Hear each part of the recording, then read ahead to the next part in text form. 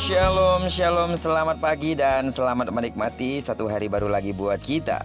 Rabu tanggal 13 Oktober tahun 2021, Tuhan kita baik, amin. Dia telah memberikan kita hari ini dengan memberkati kita juga sepanjang malam dan membangunkan kita di hari yang luar biasa ini. Baiklah, seperti biasa, sebelum kita lebih jauh melakukan semua kegiatan hari ini, marilah kita sama-sama kembali merenungkan firman Tuhan yang akan menjadi pedoman dalam menjalani hari ini, yang akan tetap kita ambil dari pembacaan Alkitab 24 hari bersama kitab 2 Samuel. Dan hari ini kita telah berada di hari yang ke-12, maka kita akan membaca kitab 2 Samuel pasalnya yang ke-12 ayat pertama sampai dengan ayatnya yang ke-31. Kesetiaan saudara dalam mengikuti pembacaan Alkitab satu hari satu pasal ini akan membuat saudara semakin bertumbuh kuat di dalam Tuhan, amin. Sebagai pengantar renungan kita hari ini, saya akan coba bacakan untuk kita ayatnya yang ke-7. Kemudian berkatalah Natan kepada Daud, "Engkaulah orang itu. Beginilah firman Tuhan Allah Israel. Akulah yang mengurapi engkau menjadi raja atas Israel, dan akulah yang melepaskan engkau dari tangan Saul." Sebagai judul perenungan kita hari ini, menjadi seorang sahabat yang baik. Natan adalah seorang nabi yang memiliki hubungan yang sangat dekat dengan Raja Daud. Karena kedekatannya ini, maka Daud tidak segan-segan untuk mengungkapkan apa yang menjadi pergumulan hidupnya kepada Nabi Natan.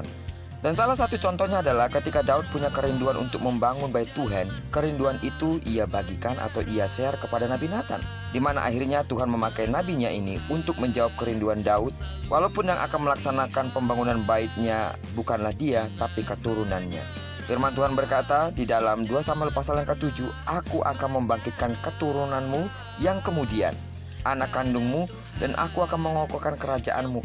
Dialah yang akan mendirikan rumah bagi namaku." Nama Natan dalam bahasa Ibrani memiliki arti Tuhan telah memberikan. Sesuai dengan arti nama tersebut, memang benar Tuhan telah memberikan Natan bagi Daud. Tuhan memakai Nabi Natan untuk menyatakan kehendaknya atau menjadi juru bicaranya bagi Daud. Bukan hanya itu saja, Tuhan juga menyediakan seorang kawan yang tidak takut menyatakan kebenaran, menegur kesalahan, atau yang mampu bersikap tegas tanpa kompromi. Ketika Daud jatuh dalam dosa perzinahan dengan Batsheba, Nabi Natan menegurnya dengan menggunakan metode perumpamaan. Dengan perumpamaan yang disampaikan Natan ini tanpa disadari Daud menyalahkan dirinya sendiri. Teguran keras Nabi Natan terhadapnya ini tidak membuat Daud kebakaran jenggot, tidak marah atau emosi, atau bahkan memusuhi Natan. Justru, ia menunjukkan kualitas hidup sebagai pemimpin sejati. Dengan penuh penyesalan, lalu Daud mengaku kesalahan dan dosanya. Karena itu, Tuhan pun mengampuninya. Sidang jemaat Tuhan yang saya kasih dalam nama Tuhan Yesus. Sidang jemaat Tuhan yang saya kasih di dalam nama Tuhan Yesus adalah tidak mudah untuk menegur, menyatakan kebenaran, dan bersikap tegas seperti Nabi Natan, bukan? Banyak orang memilih melakukan kompromi atau menutup mata ketika melihat orang-orang yang dikasihi melakukan perbuatan yang menyimpang dari firman. Karena itu, jika saudara merasa adalah teman dekat, sahabat dari seseorang, jika mendapati orang itu bersalah, adalah tanggung jawab saudara untuk menegurnya. Sebab kata Amsal 27 ayat ke-6, "Seorang kawan memukul dengan maksud baik, tetapi seorang lawan mencium secara berlimpah-limpah." Lewat perenungan kita hari ini, jadilah sahabat, sekaligus alat yang dipakai Tuhan untuk meluruskan jalan orang yang menyimpang untuk kembali kepada jalan yang lurus dan berkenan kepada Allah. Amin. Doaku, Tuhan akan pakai saudara dengan otoritas sorgawi, dengan hikmat yang daripada Tuhan, untuk menjadi seorang sahabat yang baik.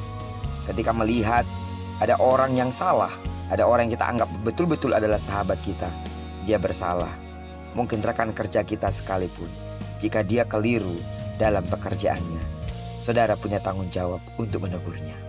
Berubah atau tidak berubah, itu keputusannya. Namun tugas saudara sebagai seorang sahabat yang mengenal kasih karunia Allah adalah harus menegurnya dengan hikmat dan penuh kasih di dalam Kristus. Amin. Diberkatilah saudara sepanjang hari ini dan digenapi firman-Nya yang berjanji bahwa apa yang dikerjakan tangan kanan dan tangan kiri kita dibuatnya berhasil. Kemanapun kaki kanan, kaki kiri kita melangkah, di sana kemuliaan Tuhan akan dinyatakan. Amin. Jika bersatu musuh datang menyerang engkau, tapi karena kekuatan Allah, perlindungan Tuhan nyata atas dirimu, maka musuhmu akan lalu daripadamu. Bahkan sakit penyakit yang sedang menimpa engkau saat ini, di dalam nama Tuhan Yesus, sembuhlah dengan imanmu. Terpujilah nama Tuhan. Shalom.